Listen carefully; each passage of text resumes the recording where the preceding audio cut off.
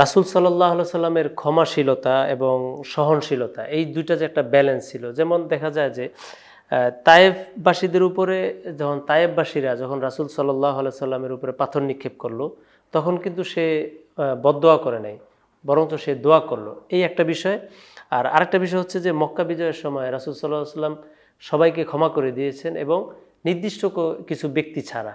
আর আরেকটা বিষয় হচ্ছে যে শত্রুর প্রতি যে ক্ষমা করার যেই বিষয়টা, এটা কি দুর্বলতা, না এটা সহনশীলতা, নাকি এটা বিজয়? রাসূলুল্লাহ সাল্লাল্লাহু আলাইহি সাল্লামের ক্ষমাশীলতা, এটা নিয়ে যদি আমরা আলোচনা করি তাহলে আল্লাহ রসুল সাল্লাল্লাহু আলাইহি সাল্লামের জীবনে আমরা এটার অসংখ্য দৃষ্টান্ত আমরা পাই।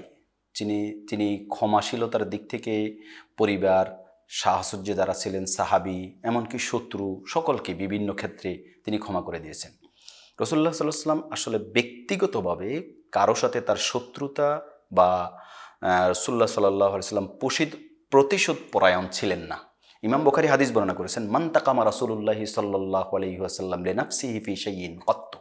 রাসূলুল্লাহ সাল্লাল্লাহু আলাইহি ওয়াসাল্লাম কখনোই তার নিজের কোনো প্রয়োজনে, নিজের কোনো স্বার্থে কারো সাথে তিনি প্রতিশোধ পরায়ণ হয়ে প্রতিশোধ গ্রহণ করেননি। শুধুমাত্র তার সাথে মানুষের যে শত্রুতা ছিল এটা দ্বীনের স্বার্থে, যে তারা আল্লাহর নাফরমানি করেছে, আল্লাহর দ্বীনকে তারা বিজয়ী হওয়ার ক্ষেত্রে বাধা প্রদান করেছে। ফলে রাসূলুল্লাহ সাল্লাল্লাহু আলাইহি ওয়াসাল্লাম ঠিক যতটুকু তাদের সেই বাধাকে প্রতিবিধান করার জন্য তাদের সাথে শত্রুতা করা প্রয়োজন এতটুকু করেছেন, যেটা হাদিসের ভাষায় বলা হয় আল হুব্বু ফিল্লাহ ওয়াল বুগদু ফিল্লাহ, যে কারো সাথে ভালোবাসাটাও আল্লাহর সন্তুষ্টির উদ্দেশ্যে হবে আর কারো সাথে শত্রুতাটাও আল্লাহর সন্তুষ্টির উদ্দেশ্যে হবে। এবং আপনারা হাদিসের ভিতরে রাসূলুল্লাহ সাল্লাল্লাহু আলাইহি ওয়াসাল্লামের পার্সোনাল লাইফে যদি পাওয়া যায়, যেমন একবার একটা যুদ্ধ থেকে রাসূলুল্লাহ সাল্লাল্লাহু আলাইহি ওয়াসাল্লাম আসছিলেন, ইমাম মুসলিম হাদিস বর্ণনা করেছে যে সবাই গাছতলায় বিভিন্ন ছড়িয়ে ছিটিয়ে এক জায়গায় যাত্রা বিরতি করলেন। আল্লাহ রসুল সাল্লাল্লাহু আলাইহি ওয়াসাল্লামও যাত্রা বিরতি করলেন, এমনকি তিনি ঘুমিয়ে পড়লেন তার তরবারিটাকে একটা গাছের সাথে ঝুলিয়ে।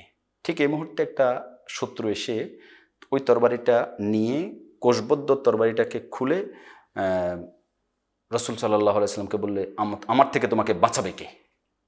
আল্লাহ রসুল সাল্লাল্লাহু আলাইহি ওয়াসাল্লাম বললেন, আল্লাহ, আল্লাহ আমাকে বাঁচাবেন। তখন ওই লোকটার হাত থেকে তরবারিটা পড়ে যায়। আল্লাহ রসুল সাল্লাল্লাহু আলাইহি ওয়াসাল্লাম তখন তরবারিটা হাতে নিয়ে বলছে যে এবার আমার থেকে তোমাকে বাঁচাবে কে?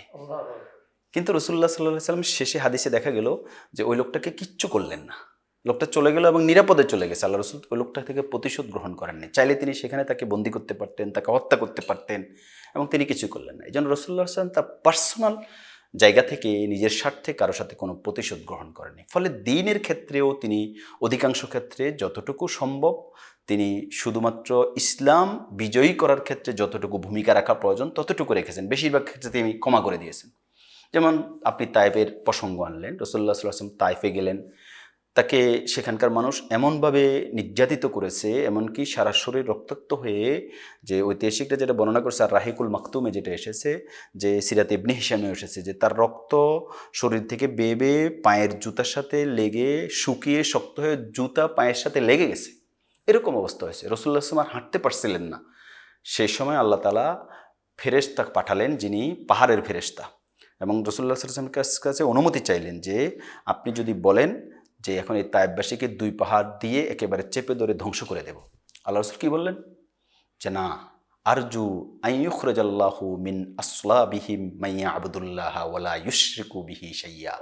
সহিহ বুখারীর হাদিস, যে হতে পারে এই জেনারেশন মুসলিম হবে না, এই জেনারেশন হয়তো মুসলমান হবে না, কিন্তু তাদের সন্তানরা পরবর্তীতে মুসলমান হবে।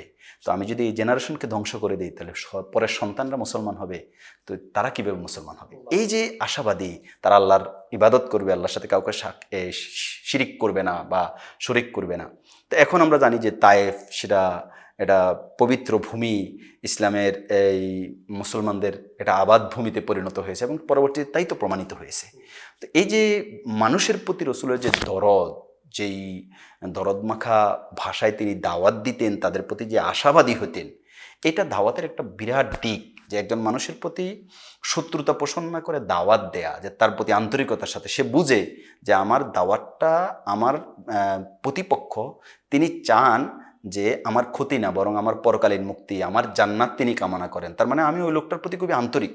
মক্কা বিজয়ের সময় রসুল্লাহ সাল্লাহ আলহিহাসাল্লাম সবাইকে মক্কার পাদদেশে যেদিন বিজয় হয়ে যায় কাবাগরের পাদদেশে দাঁড়িয়ে রসুল্লাহ আসলাম খুতবা দিলেন। ওই খুতবার ভাষাটা ছিল সহি মুসলিমে হাদিস আসছে, আনতুমুত তোলাকা আলিয়াউম লা তাসরিবা আলাইকুম আলিয়াউম, আজকে তোমাদের উপর আমার কোনো প্রতিশোধ নেই এবং আজকে তোমরা সবাই মুক্ত। এই যে একটা সাধারণ ক্ষমা ঘোষণা করা, এটা মানুষের সাধারণত আমাদের দেশের যেটা নীতি হচ্ছে যে যখন কারোর সাথে কারো শত্রুতা হয়, যুদ্ধ হয়, সংঘাত হয়, তো তখন এক পক্ষ যখন বিজয়ী হয় তো প্রতিপক্ষের উপর তারা প্রচণ্ড অত্যাচার নির্যাতন করে। তো প্রতিপক্ষ সময়ের অপেক্ষায় থাকে যে তারা কখন বিজয়ী হবে। তারা যখন বিজয়ী হয় তখন ওই আগের পুরনো সেই প্রতিশোধ পরায়ণতা একেবারে কাজা কাফফারা সহ আদায় করে। তো ফলে আবার এই প্রতিপক্ষ আবার অপেক্ষা করে সময়ের যে আমরা কখন বিজয়ী হব। এইভাবে যুগের পরে যুগ প্রতিপক্ষকে ঘায়েল করার এটা চলতে থাকে, কিন্তু কোনো এক জায়গায় থামে না। রসুল্লাহ সাল্লাহ সাল্লাম এই ক্ষমার মধ্য দিয়ে এটা থামিয়ে দিলেন যে আগের সব শেষ, আমরা তোমাদেরকে ক্ষমা করে দিলাম। এটা বাস্তবতা যে কোথাও যদি ক্ষমা না থাকে তাহলে শত্রুতা শেষ হবে না। মানে কেউ কারোর সাথে শত্রুতা করলে দুপক্ষের কেউ যদি কোনো একজন যদি ক্ষমার উদ্যোগী না হয় তাহলে কিন্তু এই শত্রুতা শেষ হবে না। কোনো এক জায়গায় একজন থামতে হবে যে আমি ক্ষমা করে দিলাম অতীতটা, তাহলে সেখানে থেমে যাবে। আল্লাহ রসুল সাল্লাল্লাহু আলাইহি ওয়াসাল্লাম মক্কার এই শত্রুতার ধারাবাহিকতাকে থামিয়ে দিলেন। এখন অনেকে মনে করেন যে এই শত্রুতাটা যদি থামিয়ে দেওয়া হয় অথবা ক্ষমা করে দেওয়া হয় এটা এক ধরনের দুর্বলতা কিনা। না, প্রসঙ্গটা হচ্ছে আপনি যখন কোনো বিজয়ী শক্তি হন এবং প্রতিশোধ নিতে পারেন, শত্রু এতটুকু বোঝে যে আমার উপরে এখন প্রতিশোধ পূর্ণভাবে নেয়ার মতো সক্ষমতা আমার প্রতিপক্ষের আছে, এই অবস্থায় ক্ষমা করে দেওয়া কিন্তু দুর্বলতা না, তখন এটা মহাত্মতা, এটা মহানুভবতা। তো রাসূলুল্লাহ সাল্লাল্লাহু আলাইহি সাল্লাম মক্কায় 14-15 জনের ব্যাপারে তিনি ক্ষমা করেননি, তাদের নাম ঘোষণা করেছেন যে তাকে যেখানে পাবে সেখানে হত্যা করা হবে। কিন্তু তাদের মধ্য থেকে ঐতিহাসিকদের প্রমাণ অনুযায়ী দেখা যায় মাত্র 2 বা 3 জনকে হত্যা করা হয়েছে, বাকিদেরকেও রাসূলুল্লাহ সাল্লাল্লাহু আলাইহি ওয়াসাল্লাম শেষ পর্যন্ত ক্ষমা করে দিয়েছেন। তার মানে রাসূলুল্লাহ সাল্লাল্লাহু আলাইহি ওয়াসাল্লামের ওই যে মৃত্যুদণ্ড দেয়া বা আধুনিক যুগের পরিবেশ অনুযায়ী যুদ্ধ অপরাধীদেরকে হত্যা করার যেই রায় দেয়া, কিন্তু এটাও রাসূল সাল্লাল্লাহু আলাইহি ওয়াসাল্লাম প্রতিশোধ পরায়ণ হয়ে নয়, বরং এটা তাদের এত মারাত্মক অপরাধ ছিল যে অপরাধগুলো আসলে ক্ষমার যোগ্য ছিলেন। কিন্তু তারপরেও তারা যখন দিন গ্রহণ করেছে, যেমন উল্লেখ করার মতো ওয়াহশী রাদিয়াল্লাহু তাআলা আনহু, হিন্দা রাদিয়াল্লাহু তাআলা আনহা, আবু জেহেলের সন্তান ইকরামা ইবনে আবি জাহাল রাদিয়াল্লাহু তাআলা আনহু, এরা এরকম উল্লেখযোগ্য কয়েকজন আছে যে যাদের ব্যাপারে রাসূলুল্লাহ সাল্লাল্লাহু আলাইহি ওয়াসাল্লাম মৃত্যুদণ্ড ঘোষণা দিয়েছেন, কিন্তু তারাও যখন মুসলমান হয়ে শাহাদাতাইনের ঘোষণা দিলেন, আশহাদু আল্লা ইলাহা ইল্লাল্লাহ ওয়া আশহাদু আন্না মুহাম্মাদান আবদুহু ওয়া রাসূলুহু, আল্লাহ রাসূল সাল্লাল্লাহু আলাইহি ওয়াসাল্লাম ক্ষমা করে দিয়েছেন। এই কথার অর্থ হচ্ছে যে তাদের সাথে শত্রুতাটা ছিল দিনের ব্যাপারে। তো তারা যখন দিন গ্রহণ করেছে তখন তো সে আমার ভাইয়ে পরিণত হয়ে গেছে। কোরআনে কারিমের বক্তব্য হচ্ছে ইন্নামাল মুমিনুনা ইখওয়া, যে মুমিনরা ভাই ভাই, ভাইয়ের সাথে তো শত্রুতা চলতে পারে না। তো ফলে আল্লাহ রসুল সাল্লাল্লাহু আলাইহি সাল্লামের এই ক্ষমা, এই শত্রুতা এবং তাদেরকে মৃত্যুদণ্ড ঘোষণা দেয়া, এই পুরোটা দ্বীনের স্বার্থে।